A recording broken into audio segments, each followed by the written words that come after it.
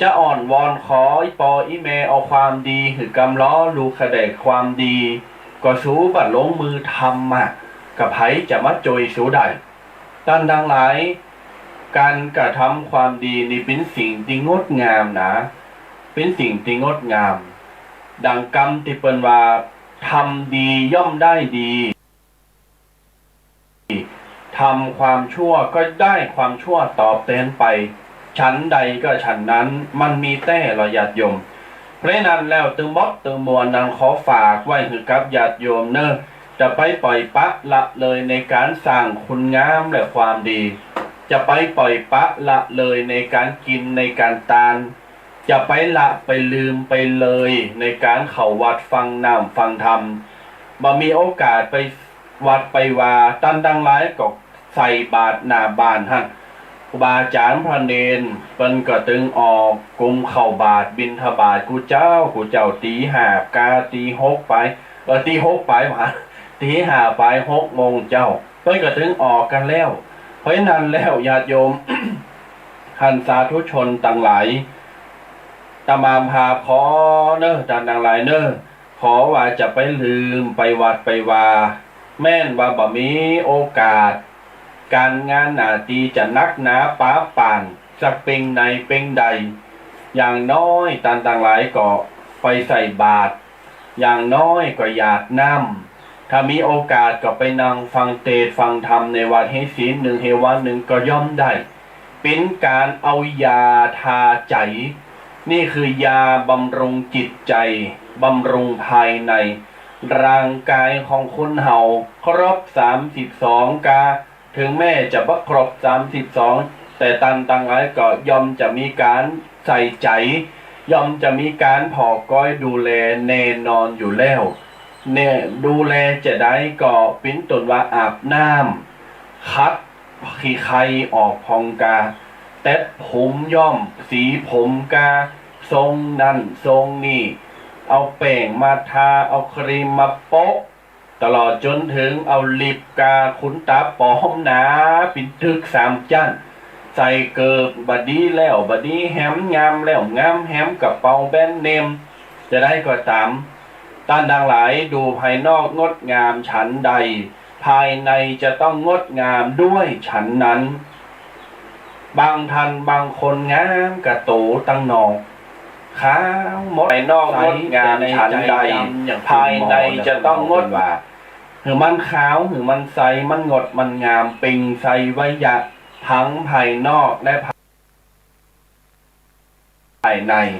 สุภาษิตกำพังเพยไทยของเฮาเปิ้นว่าข้างนอกสดใสข้างในตะติ้งโหนกนี่เปิ้นว่าเพราะฉะนั้นแล้วญาติโยมสาธุชนทั้งหลายโตของคุณเฮาเปรียบเหมือนน้ำใสอันหนึ่งที่อยู่ในโอ่งก็ตามในแก้วก็ตามเปรียบเหมือนน้ำใสเวลามีขี้ฝุ่นหรือว่าละอองฝุ่นหรือว่ามีแมงอะไรอย่างตกใส่ให้น้อยที่มันเป็นโตสีดำพองเป็นโตสีขาวก็ตามขนนกกระแกมพองขี้ฝุ่นขี้เปอะขี้อะไรอย่างต่างๆที่มันตกใส่ที่มันเป็นสิ่งที่น่ารังเกียจเดียดฉันน่ะ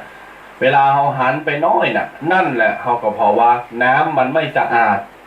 น้ำมันมีตำหนิเขายังพอออก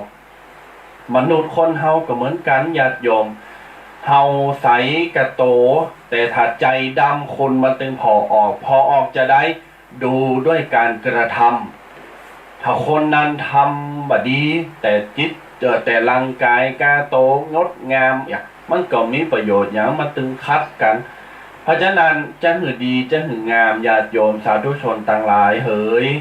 ทำความดีไม่มีขายอยากได้ต้องรีบขวนขวายทำเอาคนเดียวจะไปว่าโอ้รอบึดนึงเกินเคยทำตุจะไปว่ารอปีหน้าเกินเคยเข้าวัดรอสิ้นหน้าเกินสิ้นในเกินรอนั่นรอนี่รอไปรอมาน้องตายเซ็ตบะกองดอง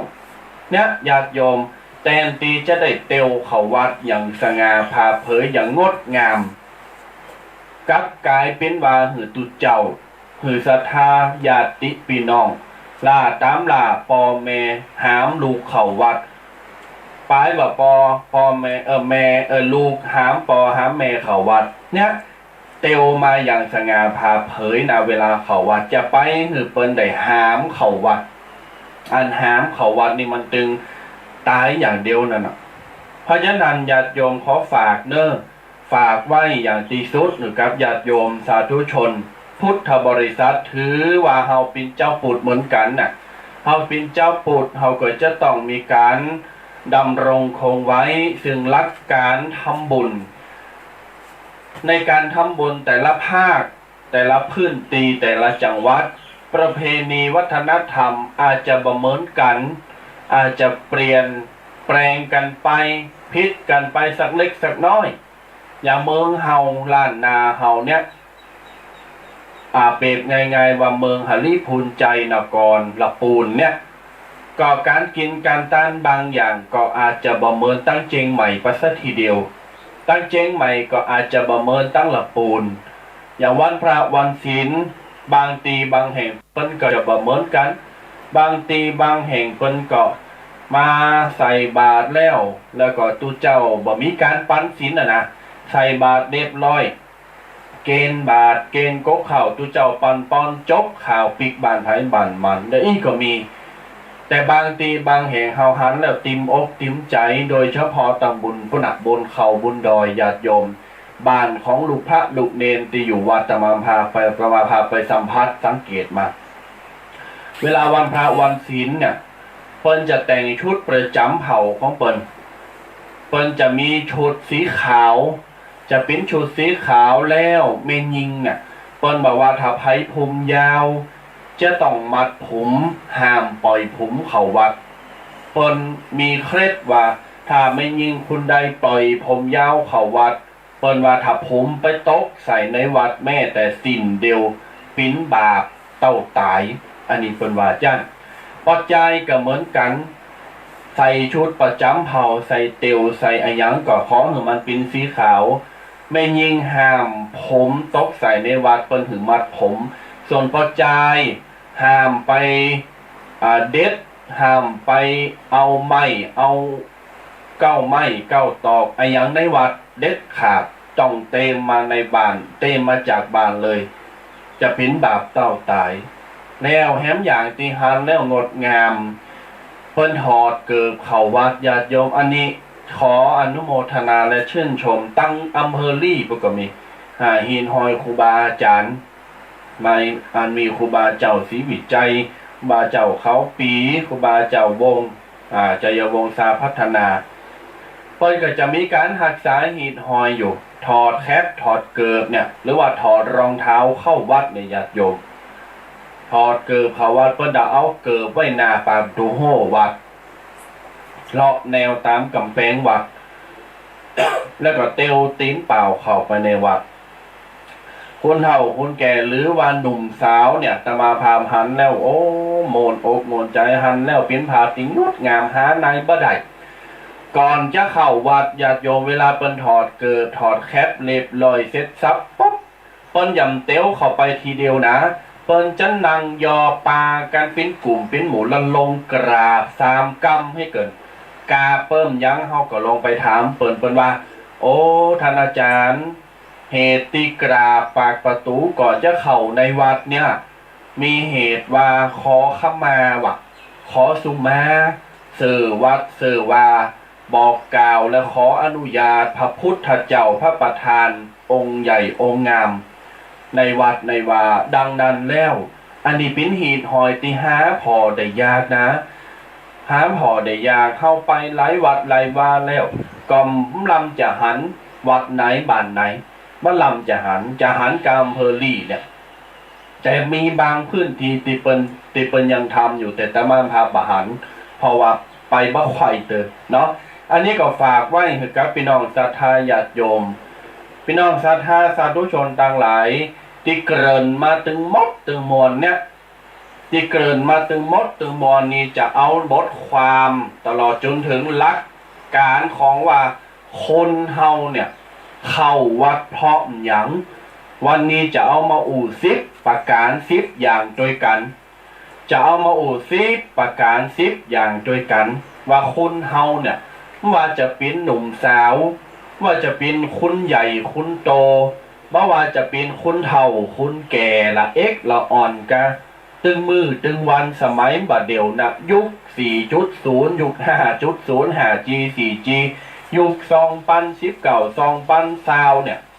2020หรือว่าไปหน้าจนบัดเดี๋ยวเนี้ยเข้าวัดกันพร้อมอย่างวันเนี้ยจะเอามาอู่10ประการแต่ก่อนที่จะฟังก่อนที่จะอู่ก็จะได้มาฟังว่าแฮมตูนนี่เป็นอย่างดักยือคืออย่างลือนางฟังธรรมอันนี้ตูปีแดงญาติโยมศรัทธาก็คงเดี๋ยวหูจักกันแล้วเนาะก็จะได้มาหือตันดังหลายได้ฟังนำเสียงเล่งปากตูปีแดงให้สักกรรมหนึ่งแล้วก็จะมาถอดใจความจะมาอู่กันเนื้อเรื่องของว่าตันต่างหลายตือมือตือวันเฮาเข่าวัดพร้อมอย่างวันนี้มี10ประการจะเอามาอู่มาบอกกับญาติโยมมันจะเต้มแต่ก็ติดตามตอนต่อไปเนอะขอกราบไหว้สาท่านครูบาอาจารย์พระสังฆาธิการจุรูปจุตนตีกำลังสดับหับฟังอยู่ในคณะนี้และรับชมอยู่ในคณะนี้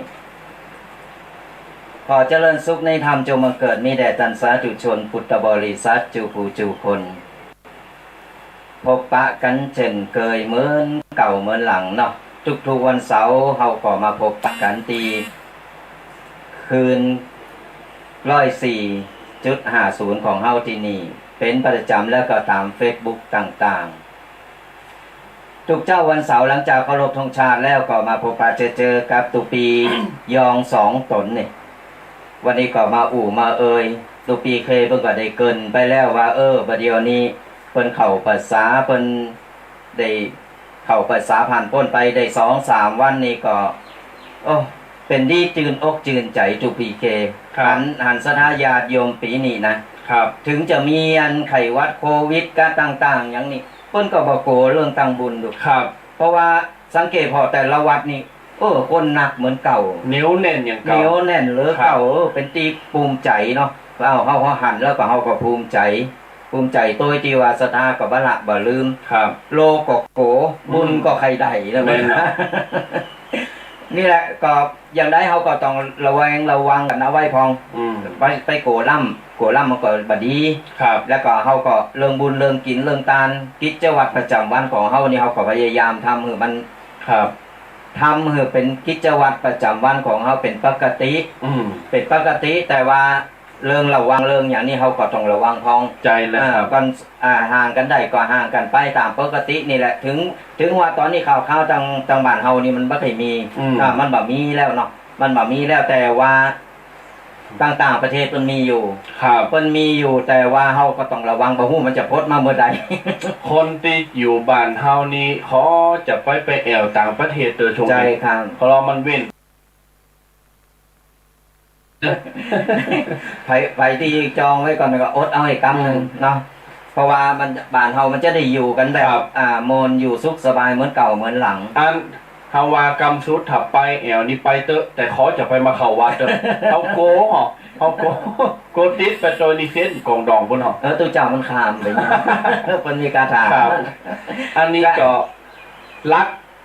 ในชงของที่ผ่านมาเป็นปนห้องว่าการรณรงค์แล้วก็มีการขจัดปัดเป่ายังเจอเวลาต่างหลายควบคุมเจอเวลาเมื่อมันแผ่มาในร่างกายของคนเฮาละ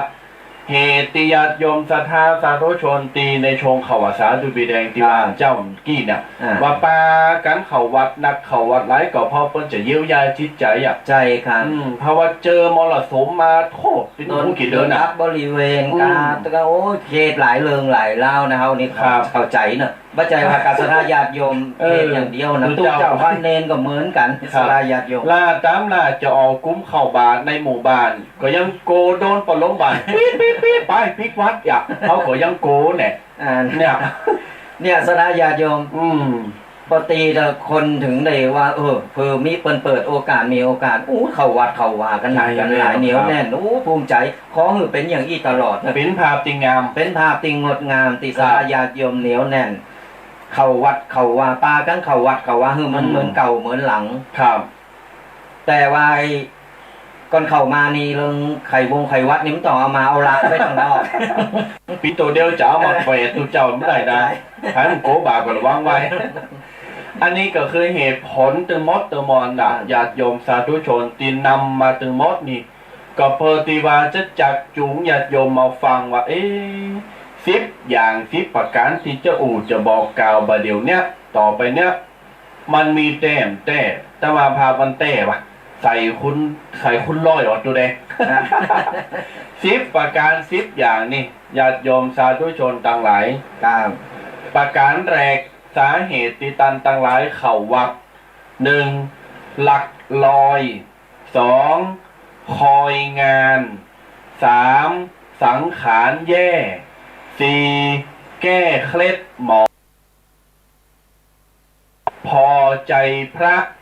6. ไม่เลยละประเพณี 7. สร้างความดีให้แก่ชีวิต 8. ผูกจิตผูกใจติดศาสนา 9. ใฝ่ฝันหาความสุข และก็10อยากพ้นทุกข์จนถึงพระนิพพาน10 ประการนิญาติโยมศรัทธาตุปีแดง ครับ เฮาจะได้มาอู่กันแต่ละข้อแต่ละอย่างว่า10 อย่างนี่มันตรงกับข่าตรงไหนพอ มันตรงกับอีเมลคนไหนพอมันตรงกับญาติโยมทันใดพอง ครับ มาอู่กันมาข้อที่1หลักลอยมันใจว่าเสาลักกิโลเมตรตีข่างถนนหนตามใจนะมันลอยไปลอยมามันใจเนอะคำว่าลักลอยนี่หมายความว่าญาติโยมศรัทธาสาธุชนหลายท่านหลายคนบ่ฮู้จะไปเย็บหยังบ่มีงานมีความลังเลใจอยู่ วางการวางงาน ถึงได้เข้าวัด อันนี้คือลักลอย เหตุผลนะลักลอยก็อย่างที่บอกไปเนี่ยว่าบ่มีการบ่มีงานบ่มีเวกบ่มีการบ่ได้ไปทำการทำงานอะไรอย่างต่างๆลอยไปลอยมาไปเหนือไปใต้ไปปอพบปอควายแล้วปอตกปอเสงชุดท้ายปิกเข้าวัดอย่างเก่า เนี่ยมีตีไปกับมาเข้าวัด อันนี้เป็นสิ่งที่ดี แต่ในทางกลับกันญาติโยมฐานลักลอยแล้วลอยไปล้านเหล้าลอยไปล้านเกมล้านเมาไปหั่นปนิติมันบดีพรสุดท้ายถ้ามาเข้าวัดนี่ขอตักมือไว้ปากประตู จะไปมา เนี่ยเพราะฉะนั้นก็ขอฝากกับญาติโยมว่ากรรมวันลักลอยนี่จะไปเข้าใจผิดว่าบ่มีงานบ่มีการนี่ตูเจ้าประตึงหือเข้าวัดกันเลิกมาใจเข้านี่เข้าได้แต่ขอเข้าอย่างมีเหตุผลเข้าแล้วคุณจะต้องมาทำความดีเนาะเข้าแล้วคุณจะต้องมากินมาตาลเนาะเข้าวัดแล้วคุณจะต้องสร้างประโยชน์ถือกับโต๊ะเก่าสร้างประโยชน์ถือกับคนอื่นสร้างประโยชน์ถือกับวัดดังนี้เป็นตุ่นหรือบีแดงอันนี้อย่างที่1คือลักลอยแล้วเอามาอู่กันอย่างที่2เลยต่อไปอย่างที่2คอยงานก็อย่างตะเกียอยู่ระหว่างว่าหางานทำบ่ได้บ่มีงานทำก็เลยตัดสินใจเข้าวัดเข้าว่าในระหว่างที่รองงานก็ถือโอกาสมาบวช3 วัน 7 วันบางท่านบางคนรอสัมผัสงานเผื่อจะได้งานกับบินเดินเป็นปีแล้วก็ปากันมาบวชถือว่าเป็นสิ่งที่ดีดูไปได้ดีครับดีครับเปิ้นห้องว่าโบสถ์คำจุนพระพุทธศาสนาระหว่างที่เฮาวางงานเฮาบ่เสียเวลาเปล่าแต่ว่าใจว่าก่อนตกงานละเข้าวัดไปหยังไปหาตู้เจ้ามีเข้าโกได้ขอนะขอสตังค์นะกะใจครับนี่ล่ะสถานญาติโยมก่อนเข้าไปแล้วก็ไปพักอกพักใจในวัดในวาไปหือมันจืนอกจืนใจเฮาก็บ่เขตเฮาก็ว่าบ้านนางเป็นโรคเศร้าหมองอยู่คนเดียวเขาไปศึกษาพระธรรมวินัยเขาไปปรึกษาครูบาอาจารย์ไปสนทนาธรรมกันอันนี้เป็นการดีหลังจากที่ว่าเขาเคยจากหลายๆอันหลายๆอย่างไหนๆก็อู่เรื่องเพศกันมาแล้วสนาญาติโยมการที่ว่าก้อนไผ่เนี่ย เขตเกิดบอกออกบอกบ่ถูกบอกอย่าไปปรึกษาอย่างที่ไหนก็ไผขอแนะนำไปวัดตีไก่เฮาเขาอยู่วัดไหนเขาเข้าไปไก่วัดไปวัดหันครับไปนางอู่ตุเจ้าพระเนรสนทนาธรรมคลายเขตกันไปหรือเฮาได้ธรรมะกันติกไปเนี่ยมันก็ยังดีเหลือเขาไปนางเหงางอกเงาก็งกอยู่ในบ้านอยู่คนเดียวกลายเป็นโรคซึมเศร้าที่มีปัญหาขึ้นมาถึงวันนี้เป็นข้าวถึงวันนี้ก็ส่วนมากเป็นโรคโรคซึมเศร้ากันครับเพราะฉะนั้นแล้วเนี่ยพยายามอย่าไปอยู่โตคนเดียวอยู่โตคนเดียวเนี่ยเป็นหือระวังความคิดอยู่กับมิตรเปินฝูงเนี่ยระวังกำอู่หน่อยจะไปอู่เหลือเกินเลยไปหาตีอื่น อู่เฉพาะในภายในที่เฮาในตีอู่ในกลุ่มของโตเก่าว่าต้องไปพาดพิงไปถึงคนอื่นว่าต้องมาอู่ที่นี่พดเอาบันไตบนเนื้ออันนั้นก็สร้างปัญหาเฮอโตเก่าอันนั้นบนห้องคนพานละใช่ครับ อันนี้ก็คืออย่างที่สองอย่างที่หนึ่งตะกี้ว่าลักลอยอย่างที่สองคือคอยงานมาอย่างที่สามสังขารแย่สังขารแย่หมายความว่าโอ้จะลุกก็โอ้ยจะนั่งก็โอ้ยมันดอกไม้โรยไม่มีเกสรน่ะเนี่ยจะลุกก็โอ้ยเจ็บแข้งเจ็บขาปิ้นผู้สูงอายุปิ้นสวไปหนักอันนี้คือสังขารแย่ว่าโอ้บ่เดี๋ยวนี้ข้าพระเจ้าเนี่ยอีปออีแม่เฒ่าแก่มาแล้วสมควรที่จะเข้าวัดเข้าว่าได้แล้วเนอแต่บางคนบ่อ่านตัวบีแดงบางคนหันกลับหันว่าโอ้จะได้เล่งล้านอยู่จะได้เล่งอีต้นนั้นบาต้นนี้จะได้เสาะเวกเสาะการหรือเขาเยอะไรลูกอะไรล้านอะไรบานจองก็ไปอะไรยือก็มันได้โยกบานเป็นดึงล้างก็ปล่อยมาโยกไปต้นห้องว่าเป็นกรรมอย่างหนึ่งคนเฮาถึงวันนี้นะครับเป็นกรรมอย่างหนึ่งกรรมอะไรอย่างก็คือเล่งลูกบอกว่านำซ้ำเล่งลูกเซ็ตลูกใหญ่แล้วมีลูกขึ้นมาเขาก็เล่งหลานแหมเล่งหลานไปป้อนเลนต้อยมาแหมบางคนบัต้านเล่งเลนก็ไปเยอะก่อนสบายไปก่อนเนี่ยสระญาติโยมมันเป็นกรรมกงเกวียนเพราะฉะนั้นแล้วเนี่ยบางทีเนี่ยเป็นห้องว่าเป็นได้โลกติดเตงก็มีอันนี้ก็มันก็เป็นกรรมเก่าเฮาก็ต้องทำใจแล้วมันเป็นไปตามสังขารนะสัทธาญาติโยมเป็นไปตามสังขารเพราะว่าคนเฮาเกิดแก่เจ็บตายมันเป็นธรรมดาเฮาก็บ่ต้องไปน้อยอกน้อยใจมันถึงการเวลาเฮาใจงานเพิ่นมาจานเงินแล้วลูกใจงานเพิ่นมาก็บางคนก็50 60 ปีใจสมบุกสมบันใจมาจนนี่สุดท้ายมาถึงเวลาที่เพิ่นต้องพักผ่อนเขาก็ต้องไปตามการเวลานั้นเขาก็ต้องรับใจหน่อยต้องไปน้อยอกน้อยใจว่าโอ้ยมันได้อย่างล่ำเหลือมันโลกรรมโลกเวรโตยแล้วก็เป็นการที่ว่ามันเป็นไปตามสังขารอันนี้จังไม่เที่ยงเนี่ยเปิ้นว่าอย่างเพลงเปิ้นว่าน่ะ10 ปีอาบน้ำบ่หนาว20 ปีแอวสาวกาย30 ปีบ่นายสงสาร40 ปีเหตุการณ์เมืองฟ้าผ่า50 ปีสาวน้อยดามเจ็บใจ60 ปีกับไอกระจามนี่เมินฟานโขม70 ปีมาแล้วปู่ทุ่มโหกติ้มโต80 ปีไผไข่โหนี่มันถึงเหมือนไห่พุ่นเนาะขะลงกะไข่โหนี่เหมือนไห่90 ปีเฒ่าก็ตายบ่เฒ่าบ่ก็ถึงตายไผเบยวัย80 90ถือว่ายกนิ้วโป้งให้เลยสุดยอดเลยเนี่ยต่างหลายอันนี้คือสังขารแย่ในข้อที่3พี่น้องศรัทธาสาธุชนต่างหลายบ่ใจว่าโอ้จะเฒ่าจะแก่ก็เข้าวัดบ่ใจนะเข้าตอนยังคนนี่ยังหนุ่มยังกำนี่ไปหั่นไปนี่เตียวไปเตียวมาสะดุมาเข้าวัดได้บ่ใจว่ารอเฒ่าก็นี่แม่ก็มาบ่ใจว่ารอลูกรอหลานเกิดเป็นรุ่นก็มาใจบางคนบ่อ่านอ่างแล้วอ่างแหมรุ่นต่อรุ่นเฒ่าก่อนก็มาโอ้กองเฒ่าแล้วป๊อบลูกเอาหลานมาหือเล่งแหมลูกเอาหลานมาหือเล่งแหมป๊อบอ่างได้เล่งลูกเล่งหลานได้ไปพุ่นเนาะแหม20 ปี4 ปีเปิดหามเข้าวันเนี่ยครับคือการที่เข้าวันเขาก็ต้องรอวันเวลาต้องไปรอวันสิงห์ก็เข้าวันพระก็เข้าวันนั้นวันนี้ก็เข้าแก่มาก็เข้าคือเขามีโอกาสเขาเข้าไปเตอโอกาสมันแบบมีไว้หือเขานักนะคือเขาก็ต้องไปรอโอกาสในมือเขามีโอกาสแล้ว เขาจะเยะหยังเขาก็ฟังเยะเขาจะทำหยังก็ฟังทำขยากหยังก็กินเพราะว่าไปรอเดี๋ยววันนั้นก็กินรอเหมือนทุเรนน่ะรอมันถูกกันแล้วก็กินหลาตามหลามในกิจกรรมเนี่ยสถานญาติโยมการจะทำอะไรอย่างก็ตามไม่ต้องไปรอโอกาสไม่ต้องไปรอวันหน้าวันข้างหน้าในมือเขามีโอกาสเขาได้โอกาสเขาก็สามารถที่จะทำได้เลยเขาไม่ต้องไปรอไม่ต้องไปพัดวันประกันพรุ่งไม่ต้องไปอันเดียวกันนะไอ้หล่าเร่งหลานเร่งอีหล่าอยู่ต่างๆนานาขออ่างต่างๆนานานี่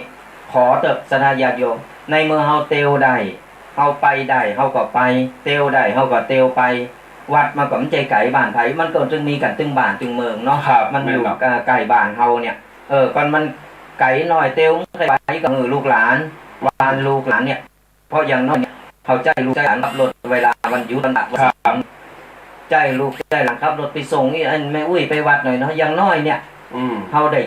จับเป็นห้องว่าจับจุงเอาเงินละอ่อนมันจะได้คุ้นเคยมันจะได้คุ้นเคยแล้วจะได้ฝังลึกในใจว่าวัดมันก็บ้านาโกเนาะมันดีกว่าเพราะวัยรุ่นส่วนมากนี่มันจะไม่เคยชอบเรื่องวัดเรื่องวาถ้าใครเขาวัดเขาว่าเรื่องละอ่อนนี่มันจะไปติดเกมกันหนักเพราะฉะนั้นแล้วเขาก็ใจวิธีด้วยกันไปส่งอีเมลหน่อยกำซ่าหือหน่อยแล้วขับรถไปส่งหน่อยแล้วมันเป็นผลพลอยได้นะเขาได้บุญตัวนะได้บุญ2 ต่อเนี่ยมันจะซึมซับเป็นความน้ำหน่อยบุญอ่ะละอ่อนมันจะได้หู้แถมหน่อยละมันเกิดขึ้นไหนมันใหญ่ขึ้นมาอินแม่อุ้ยเคยปลาไปวัดนี่เอาสบายใจไปวัดดีกันเนี่ยคือมันจะมีความผูกพันเนี่ยการเข้าวัดสดาญาติโยมก็หลายท่านหลายคนก็จะว่าเขาวัดก็มันอ่างหลายอ่ะใจครับคนนี้อ่างไปต่ออ่างเยอะอ่างดิปูทั่ว108ปันเก่าชักแม่น้ำทาง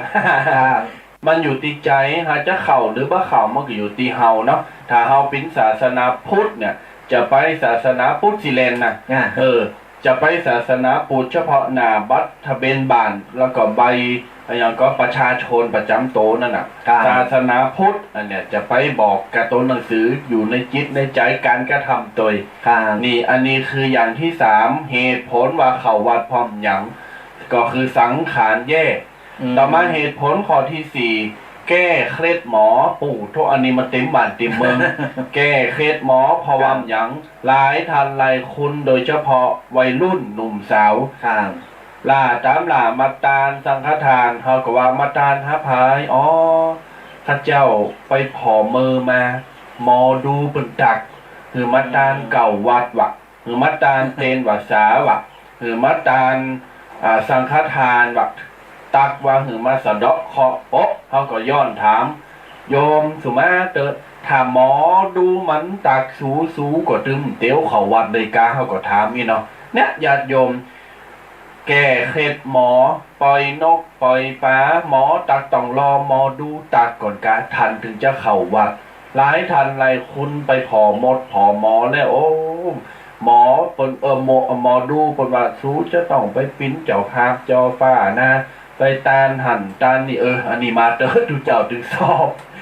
แล้วก็ไปผมปอญาติโยมสาธุชนทั้งหลายการที่เฮาไปวัดไปว่าโดยตีเฮาไปผอหมดผอหมอเนี่ยจุนจะเข้าวัดใดมันเป็นสิ่งที่บ่ถูกต้องเป็นสิ่งที่บ่ถูกต้องเพราะหยังเพราะ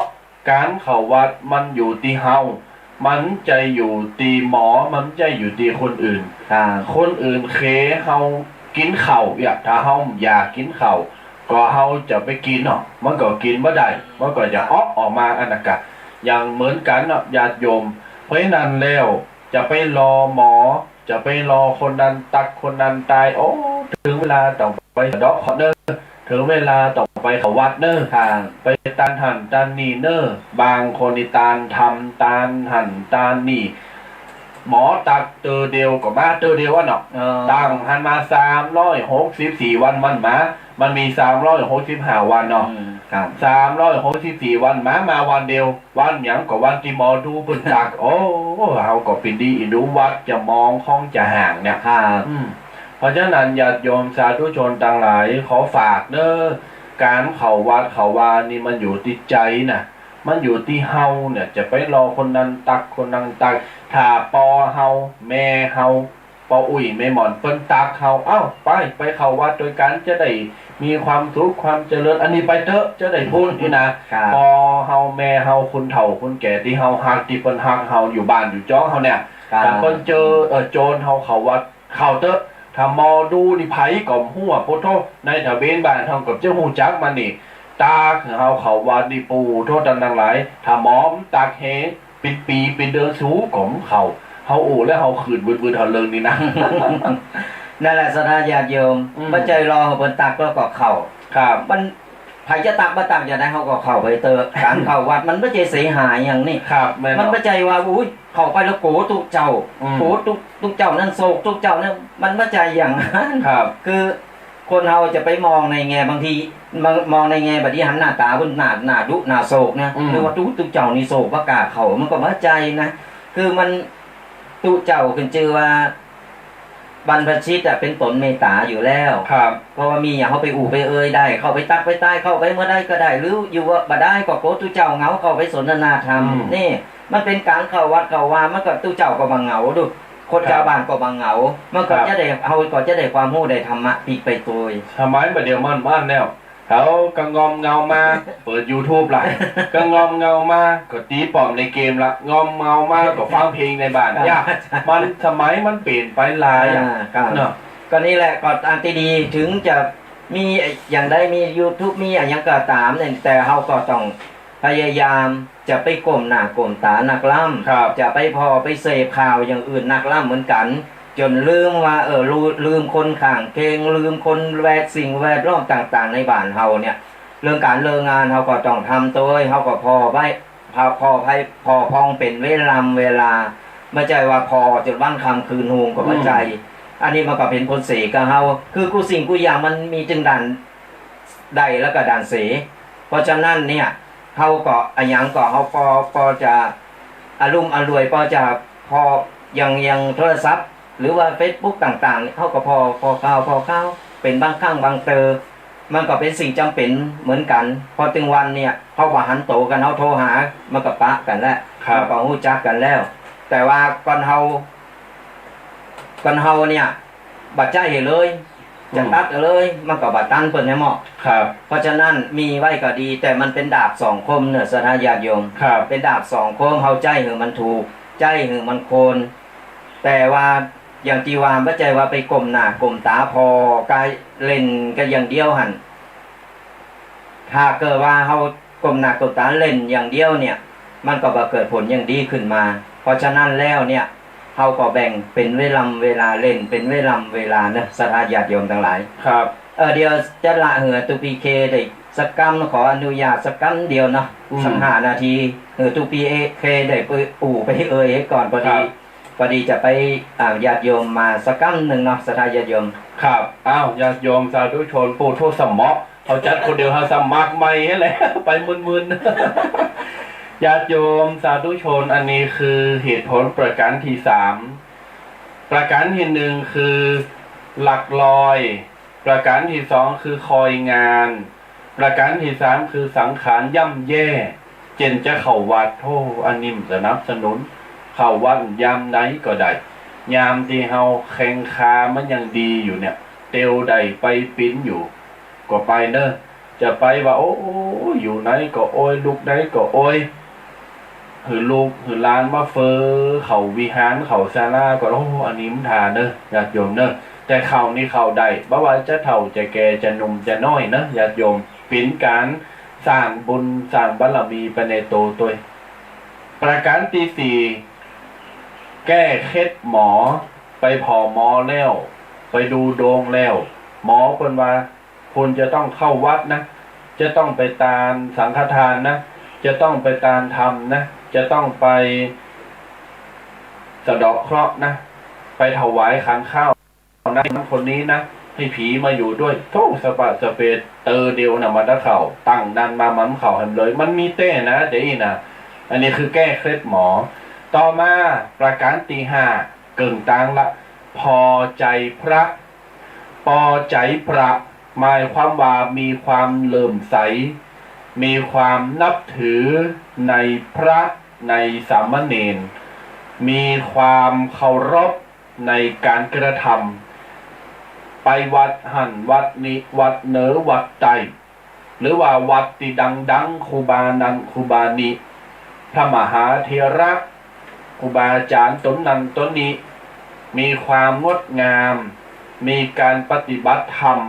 ไหวพระสวดมนต์เป็นประจำเตดธรรมก็มนต์อู่จาก็มนต์ฟังเสียงฟังน้ำฟังธรรมนะโอ้ยมนต์อกมนต์ใจเหมือนอย่างตูบีเคสปูน้อยเดี๋ยวนี้นะกะ เพราะฉะนั้นอันนี้คือพอใจพระปึงจิตปึงใจโอ้มีความเคารพนับถือพระเนนก็เข้าวัดไปปิ้นนิดไปปิ้นประจำถือเป็นสิ่งดีๆเหมือนกันอย่างหนึ่งเฮาก็จะได้ใกล้ชิดพระเนน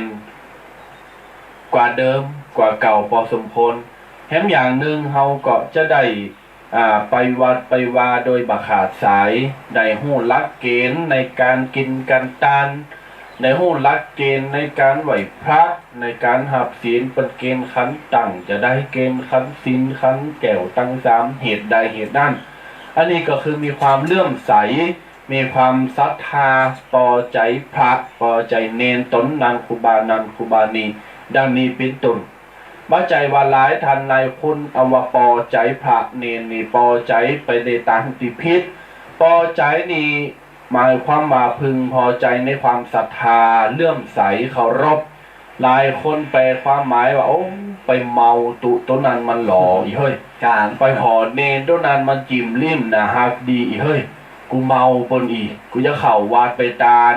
ดูกูไปตึงวันกูตึมสนไผ่อีเนี่ยไปเยะเปิ้นเราเยะให้เจ้าบ้านเจ้าเมืองเป็นเราดังนั้นขอฝากกับญาติโยมศรัทธาสาธุชนได้มาป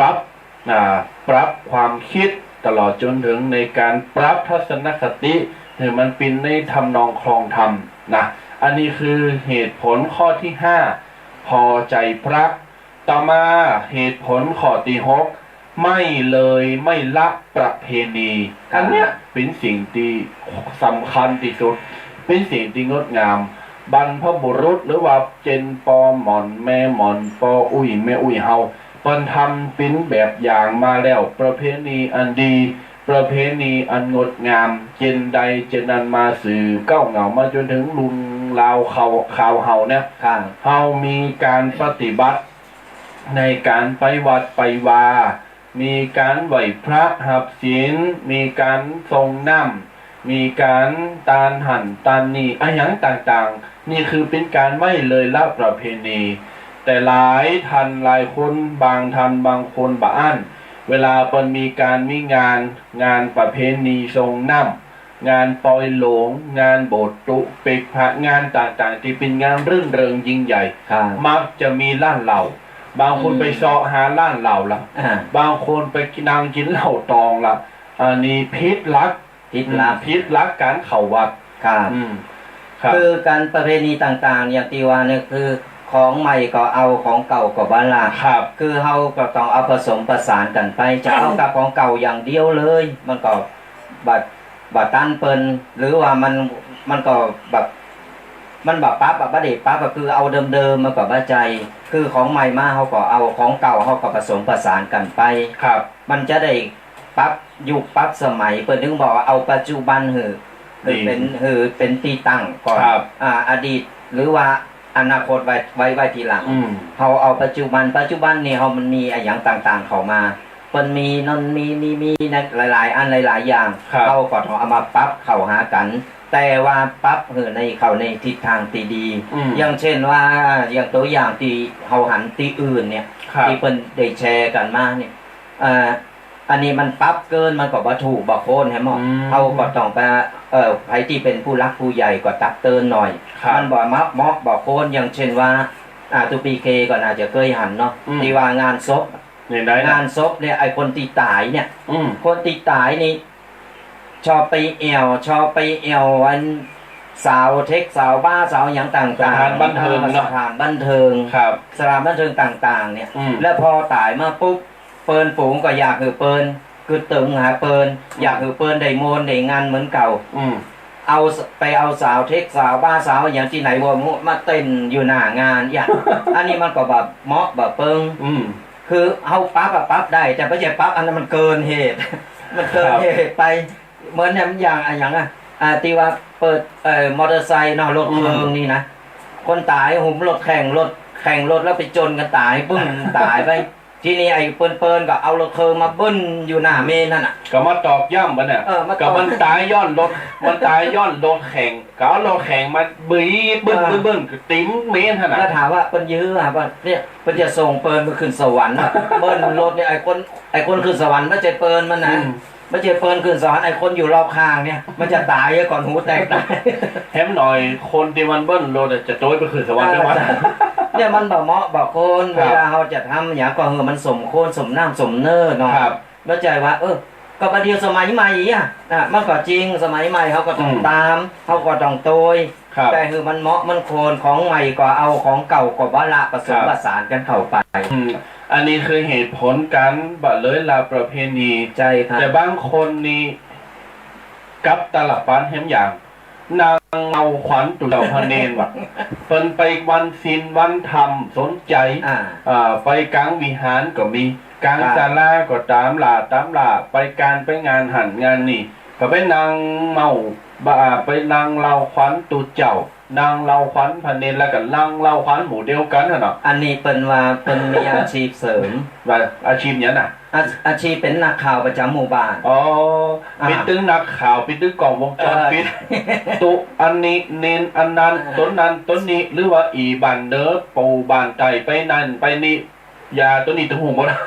คือเวลาเขาวัดใส่ผ้าขาวนุ่งขาวห่มขาวเขาวัด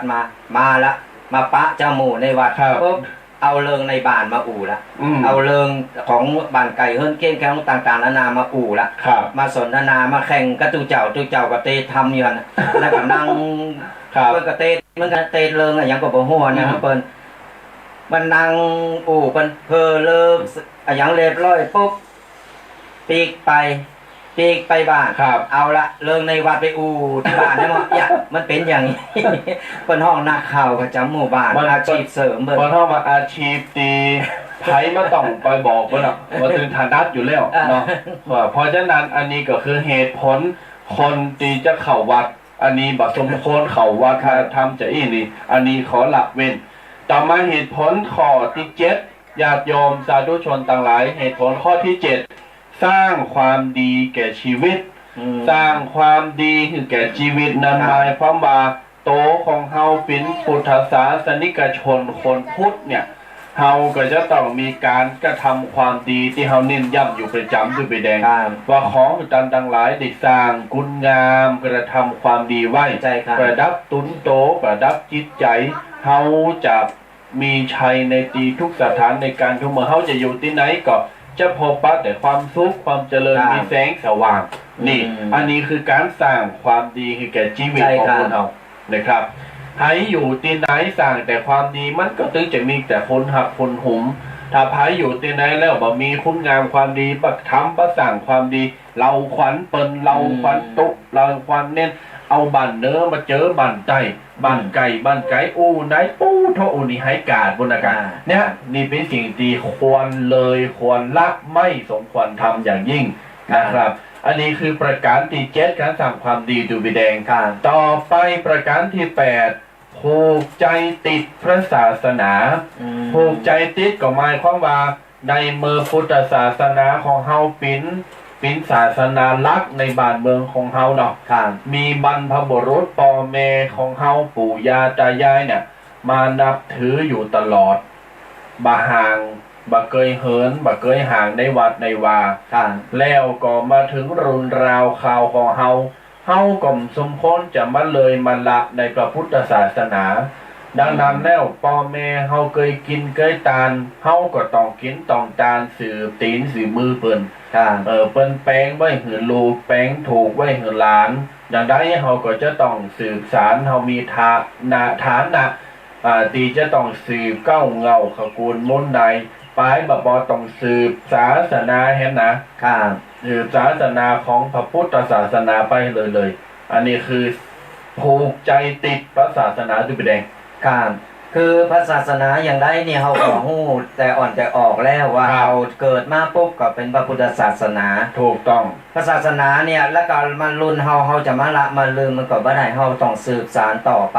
ครับ สืบสานต่อไปคือเพื่อว่าเบิ่งคือศาสนาพุทธของเฮาเนี่ยที่แต่อ่อนแต่ออกแต่ดังแต่เดิมมาเนี่ย ครับ มันจะได้สูญหายไปไอ้สูญหายมันบ่สูญหายหรอกแต่ว่ามันจะคนน่ะมันจะทำให้เสื่อมเสียไป เสื่อมเสียในทางที่นี้ก็คือว่าบ่ได้เข้าวัดเข้าวาก็เลย ครับ บ่ฮู้ธรรมะถ้าบ่ฮู้เรื่องศีลเรื่องธรรมอะอย่างใด ครับ ก็เลยไปทำบัดนี้ทำผิดถูกขึ้นมากลายเป็นว่าไอ้ประชากรหรือว่าคนบ้านเฮาเนี่ยมันก็เลยกลายเป็นว่าบ่มีคนเป็นคนบ่มีจิตใจที่เป็นธรรม ครับ มันก็เลยหยังมันก็เลยมีกระเริงกระราวเดือดร้อนกันสร้างความเดือดร้อนก็ขึ้นมา เพราะว่าบ่มีศีลไม่ได้ไปหับศีลบ่มีศีลอยู่ในโตเพราะฉะนั้นแล้วเนี่ยบัดนี้ละบัดนี้ลืมเรื่องศาสนาบัดนี้ละบัดนี้ลืมในการตีว่าจะไปทำนุบำรุงศาสนา ครับ อันนี้คือเหตุผลตีง่ายๆไกลโตตีเฮาตันดังไหลได้ฟังแล้วก็มีประโยชน์กันหลายว่า ขอคิดตลอดจนถึงเหตุผลตึงมอตึงมวลมันเต็มแต่ต่อมาถึงเหตุผลขอรองสุดท้าย ข้อที่เก้านะเพิ่นบอกว่าไฟฝันหาความสุขหมายความว่าจะได้หมายความว่าหลายท่านหลายคนกึดว่าอยู่ในวัดแล้ว ไปวัดไปวาไปกินไปทานแล้ว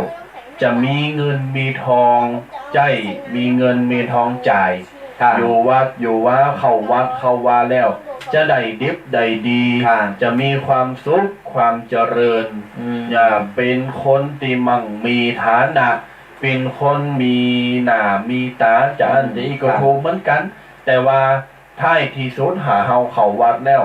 มันก็จะเกิดความสุขในใจเฮา ใช่ครับ เกิดความสุขในใจเฮาไอ้ความร่ำความรวยความมั่งความมีมันเป็นแฮมเลิงหนึ่ง แถมเลิง ดันทั้งหลายถามว่าถ้าเฮาเข้าวัด แต่เฮาบ่ไปเหตุการณ์บ่ไปประกอบอาชีพบ่ทำงานบ่กล้าบ่ขาย แล้วไผจะเอาเงินมาหือ มันก็มีประโยชน์อย่าง หลายคนตัวบีแดง ครับ ไปไหวอ่อนวอนพระเจ้าตั้งใจ โอ้ยคอแล้วคอแฮมถูกหวยบ่เงินหันเงินนี่เป่ากระถาเสกกระถาปิ้นปึกขอเงินขอทองขอมังขอมีก็พระเจ้าสุแม้เด้อพระเจ้าที่ไหนเปิ้นจะจกเอาในอังซักในกระเป๋าทุกอย่างเอาหือปิ้นปึกปิ้นหมื่นปิ้นแสนตราบใดที่เฮาเงินบ่ตกน่ะตุบีแดงศรัทธาญาติโยมเฮาบ่ตกมาถึงบ่ได้เม็ดเงินอันนี้ครูบาอาจารย์เพิ่นบอก อันนี้เปิ้นเฮาว่ามันคือมันเป็นตีเปิงตั้งใจถูก ใจแล้วครับ คือมันเป็นตีเปิงตั้งใจเฮาเวลาเฮาอึดอัดเฮาเยะหยังกึดหยังบ่ออกเนี่ยเฮาเข้าไปในวัดอย่างน้อยนะเข้าวัดปุ๊บมันจุมเย็นใจละจุมใจเย็นใจเรียบร้อยเสร็จปุ๊บเฮาก็ได้ไปกราบพระตั้งจิตอธิษฐานเรียบร้อยปุ๊บขอให้ลูกอย่างอันอย่างนี้ก็ว่าไปอธิษฐานเรียบร้อยแล้วเฮาก็ได้สบายใจแล้วได้ผ่อนคลายไปแล้วเฮาออกไปบ้านเฮาไปบ้านปุ๊บเฮาก็ไปตั้งหน้าตั้งตาทำมาหากินเหมือนเก่าเหมือนหลังทำมาหากินเฮาถึงจะได้เงินได้ทองได้สมที่เฮาปรารถนา สมที่ปรารถนาเพราะว่าก้อนเฮาเนี่ย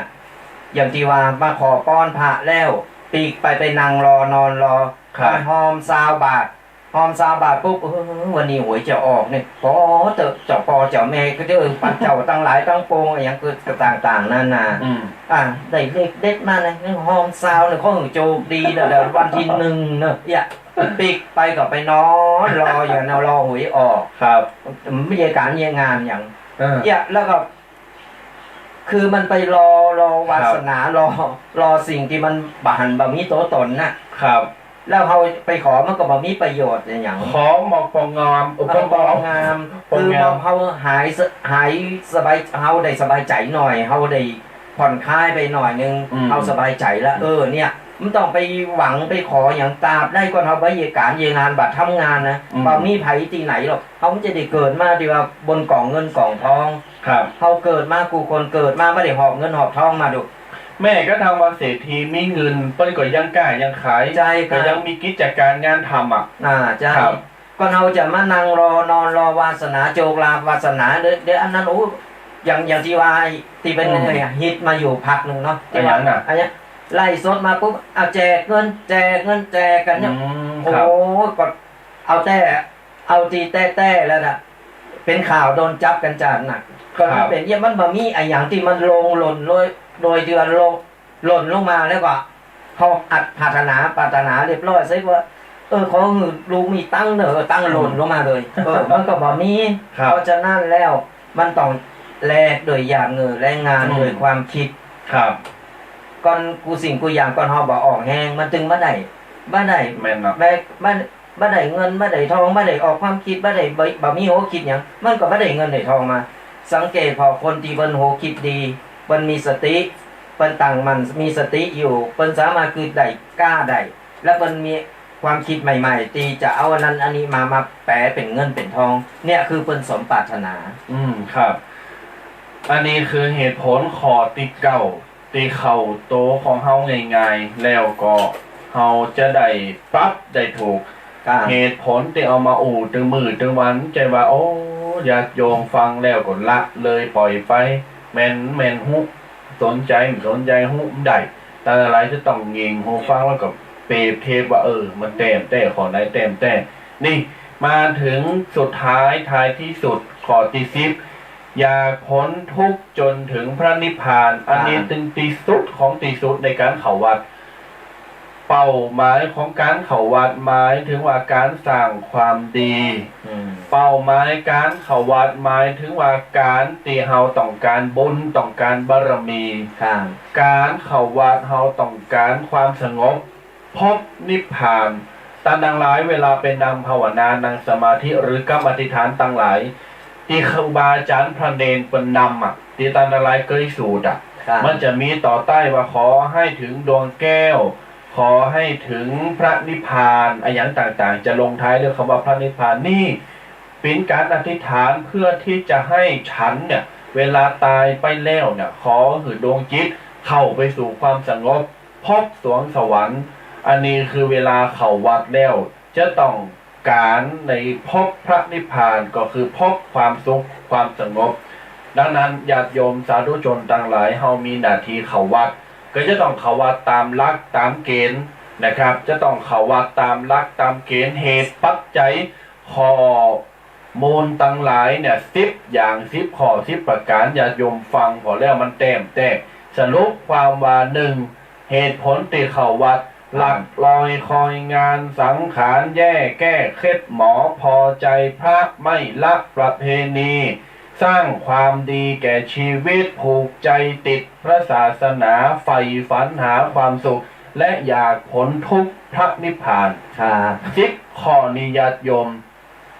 อันนี้เป็นเรื่องไก่โตครับเฮาต้องพอว่ามันตรงกับเฮาอันไหนพองมันตรงมันเข้าเกณฑ์ของเฮาอันไหนพองญาติโยมสาธุชนต่างหลายจะไปเข้าวัดกับ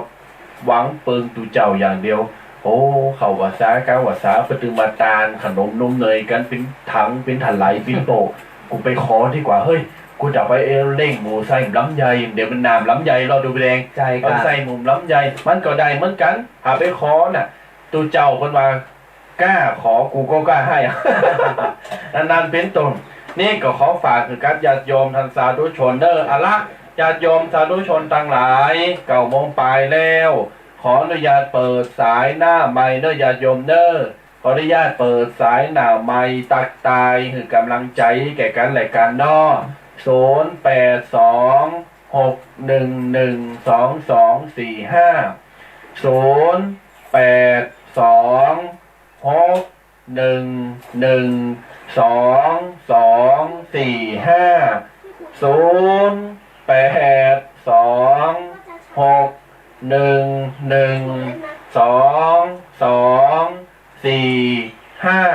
นี่ย่ำ3 รอบแล้วนะถ้าย่ำโจครบ9 รอบนี่ทำมีภัยโทรมานี่โปรโตเขาตึงจะโคตรคนนั้นนะอาจารย์นันญาติโยม0826112245ตูปีเคกับตูปีแดงพร้อมที่จะหับสายหนาไมละเด้อไพมีมยังจะปรึกษาหารือตีปออู่จากันใด มาปอหอมปากหอมคอปอเมาะปอโคนบา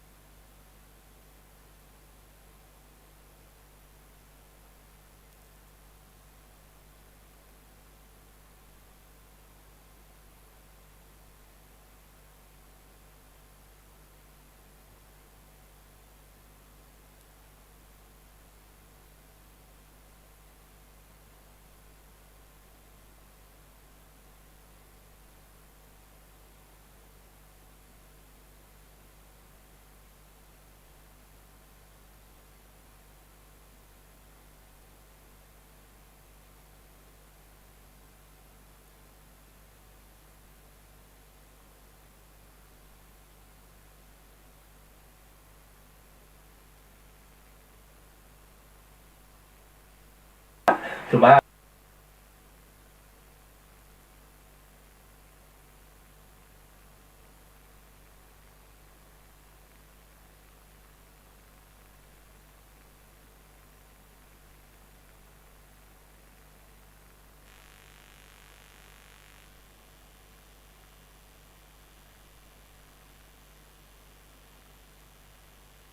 กี่นี้เมย์ปัจจุบันหมอทำแปลงบนบรรมาเราว่าโอ้เกิดฮอสมัยแต่ก่อนดูไป ค เลย รับ แต่ก่อนป้าอุ้ยแม่อุ้ยป้าเขาว่าจะอั้นจะอีเนี่ย อ๋อ เขาได้หู้อะไรยังหลายๆอย่างว่าโอ้สมัยก่อนนี่เปินไปวัดไปวากันเปินเยแจนจะได้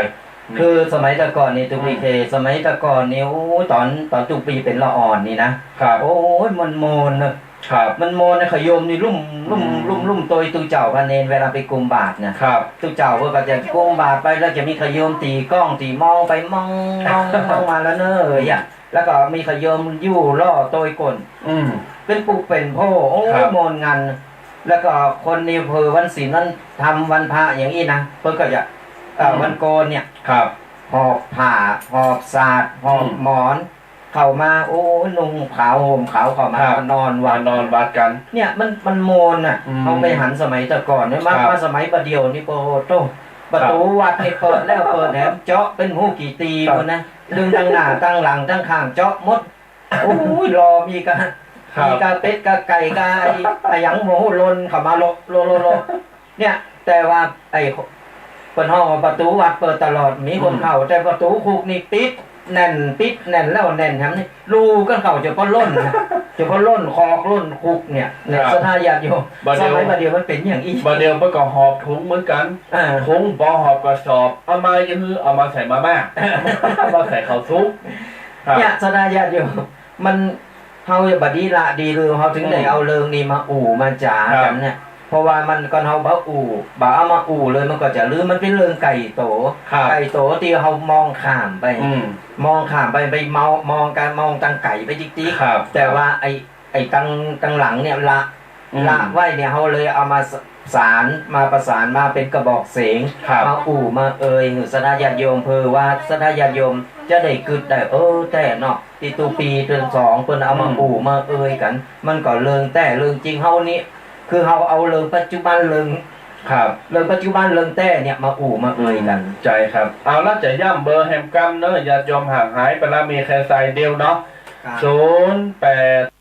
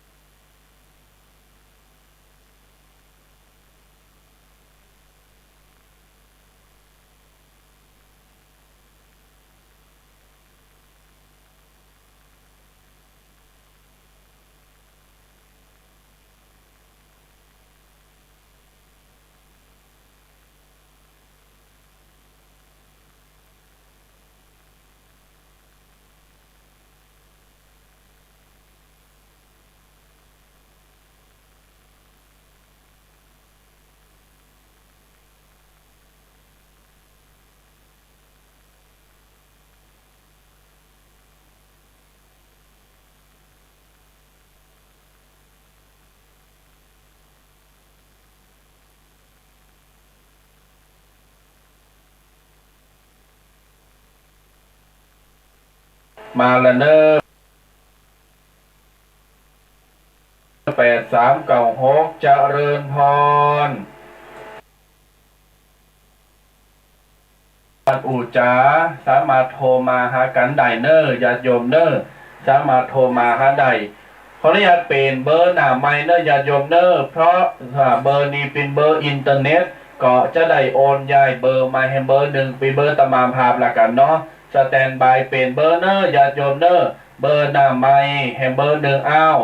0842799128แฮมก้าเนอร์ญาติโยมเป็นเบอร์ตีจะได้เปลี่ยนมาหน้าไมค์เพราะแฮมเบอร์นั้นจะได้เอาไปปล่อยไวไฟในการกระจายข้อมูลกระจายเสียงไปออกวิทยุเนอะอย่าโยมเนอะอันสัญญาณจากคัดของเนาะ0842799128อ้าวตักตายอู่จากันได้เนอมีอย่างก็ปันกำลังใจ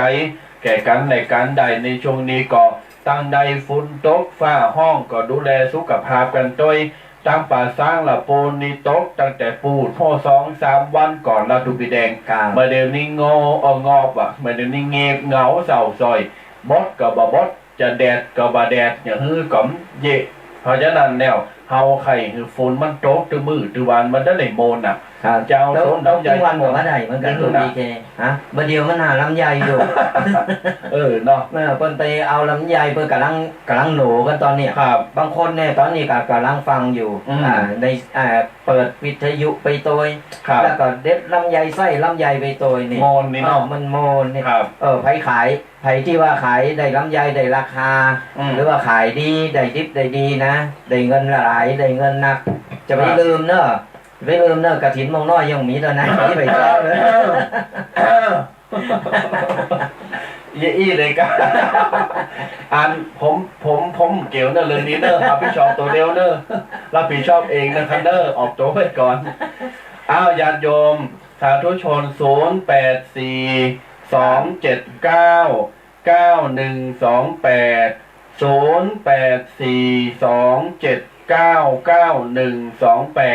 อุจาปาไซหนาไมไดเนอร์มาคือกำลังใจมามาตักมาตายกันฟังอยู่ตั้งใดจ้าฟังแล้วเป็นอย่างใดพองหรือว่าไผพอใน Facebook ทาง Facebook นี่ก็สามารถกดไลค์กดแชร์กดส่งต่อไปได้จากคนที่ว่าเปิ้นบ่ฮู้เปิ้นบ่เคยได้ยินได้ฟังเปิ้นบ่ฮู้เฮาก็กดไลค์กดแชร์ไปเหมือนกันกับเฮาเนี่ยได้เผยแผ่ธรรมะเป็นในโตเฮาบ่ได้ไปไปแต่เฮากดเผยแผ่ธรรมะไปเป็นการเผยแผ่นี่สถาญาติโยมเฮาได้บุญไปโดยที่ว่าเฮาบ่ฮู้โตเหมือนกันนะการฮือธรรมะชนะการฮือกูสิ่งกูอย่างเนี่ยสถาญาติโยมกดไลค์กดแชร์กดฮือกำลังใจกันบอกต่อกันหรือว่าเฮาจำอันใดตีใดได้ตีตูเจ้าถึง2รูป2ตนเปิ้นได้ได้เนี่ยว่าฟังแล้วเปิ้นอีเปิ้นเข้าใจเนาะเข้าใจดีอันนี้เฮาก็สามารถที่จะนำไปบอกลูกบอกหลานโจรลูกโจรหลานเฮาเข้าวัดเข้าว่าไปทำบุญยิงชงเข้าภาษาตูเจ้าเพิ่นจำวัด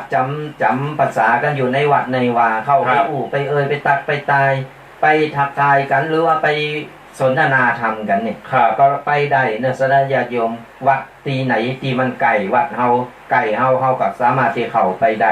ครับแล้วก็ตอกย้ำเล่นย้ำแห่งกรรมหนึ่งนะว่าจับบดีที่จะอยู่คนเดียวไปเป็นกำกึดหลังจากเคจากเรื่องนั้นเรื่องนี้มาแล้วไปนั่งเป็นกำกึดคนเดียวเนี่ยพอตุปีฟังข่าวพอข่าวถึงวันนี้โอ้ยมันมีกระขาตัวตายกามีกระเลิงกระลาวมีกระฝากขากระฟันกันเพราะฉะนั้นแล้วเหตุตึงมดตึงมอนมันเกิดมาจากโลเคโลเค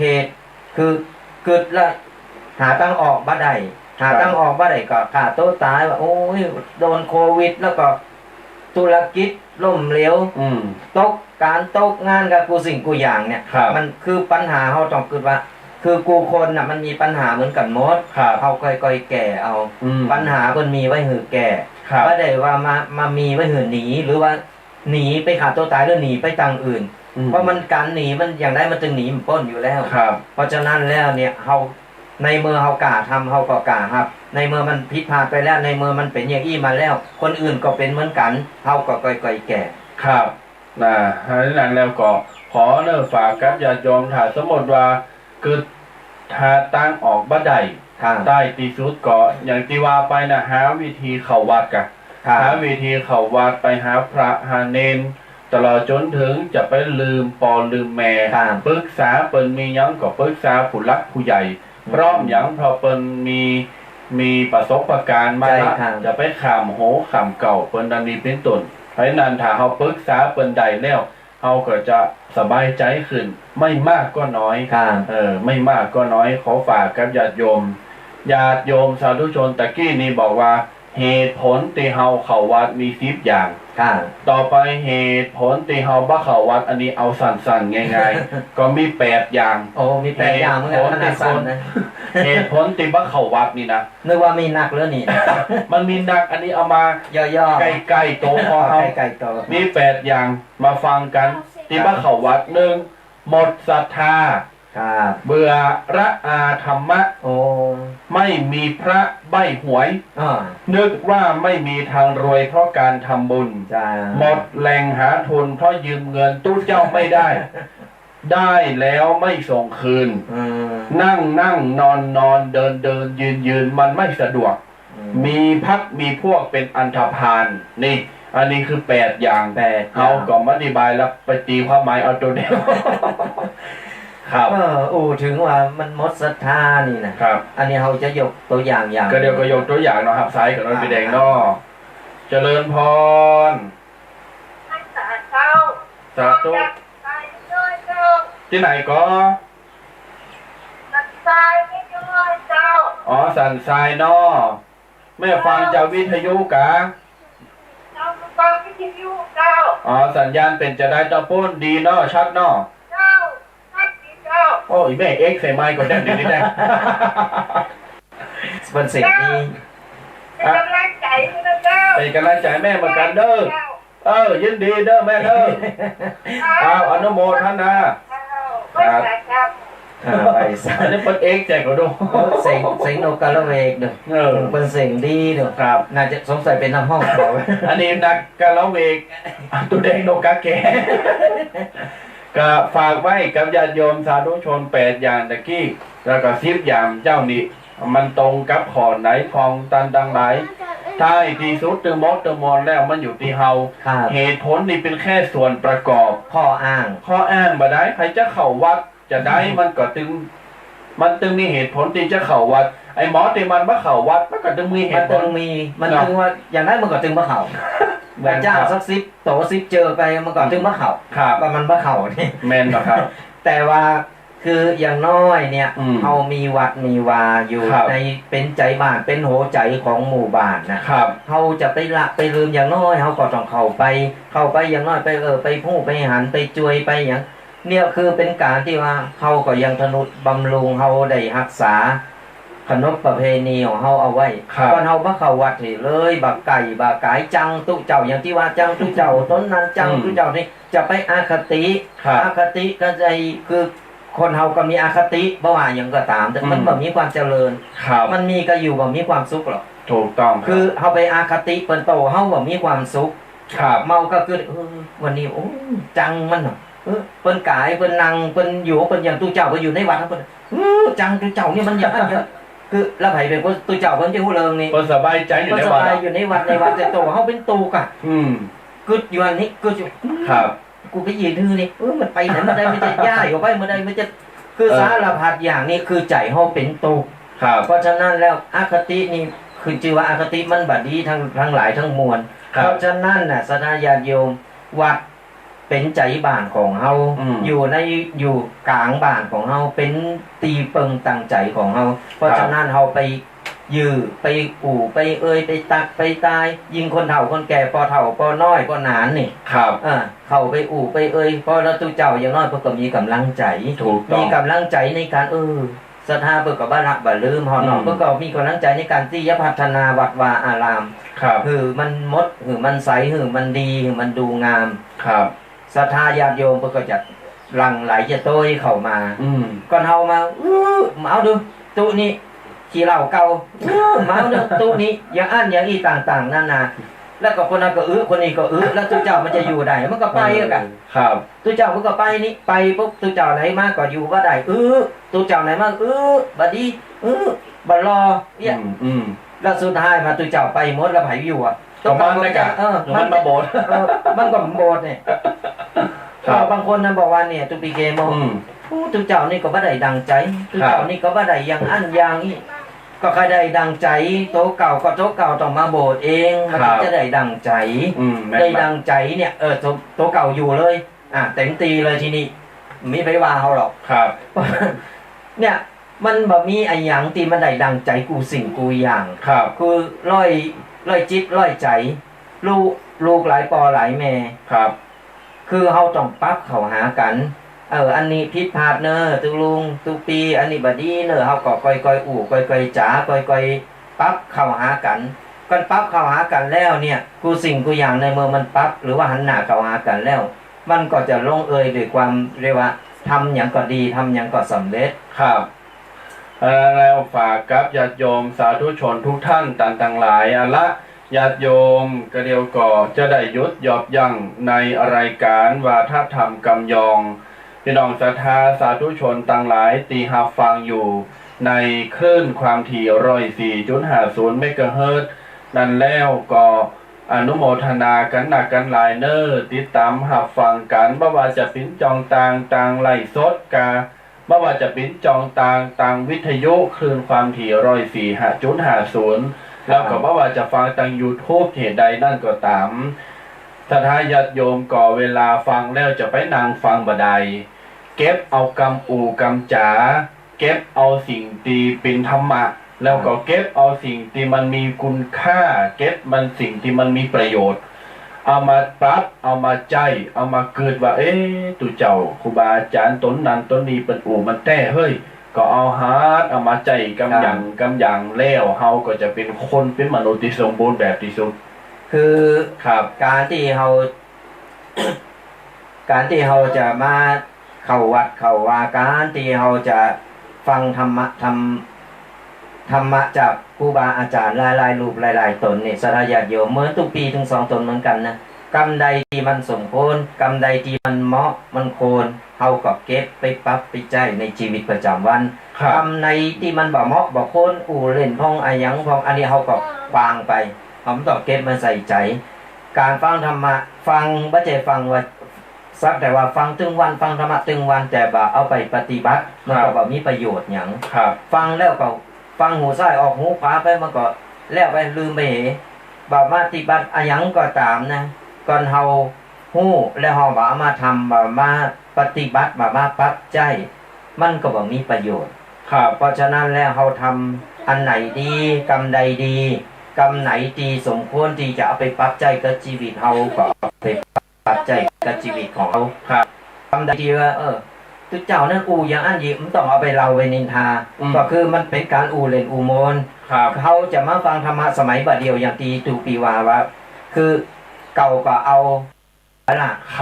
เพราะว่าการที่เขาจะ การที่เขาจะฟังธรรมะเนี่ยเขาฟังแล้วเขาก็เอาไปปฏิบัติแล้วฟังแล้วการที่เขาจะฟังแล้วเขาบ่ปฏิบัติมันก็บ่มีประโยชน์เพราะฉะนั้นเนี่ยศรัทธาญาติโยมการที่ ติดคอ สุมาอภัยศรัทธาญาติโยมครับพอดีมัน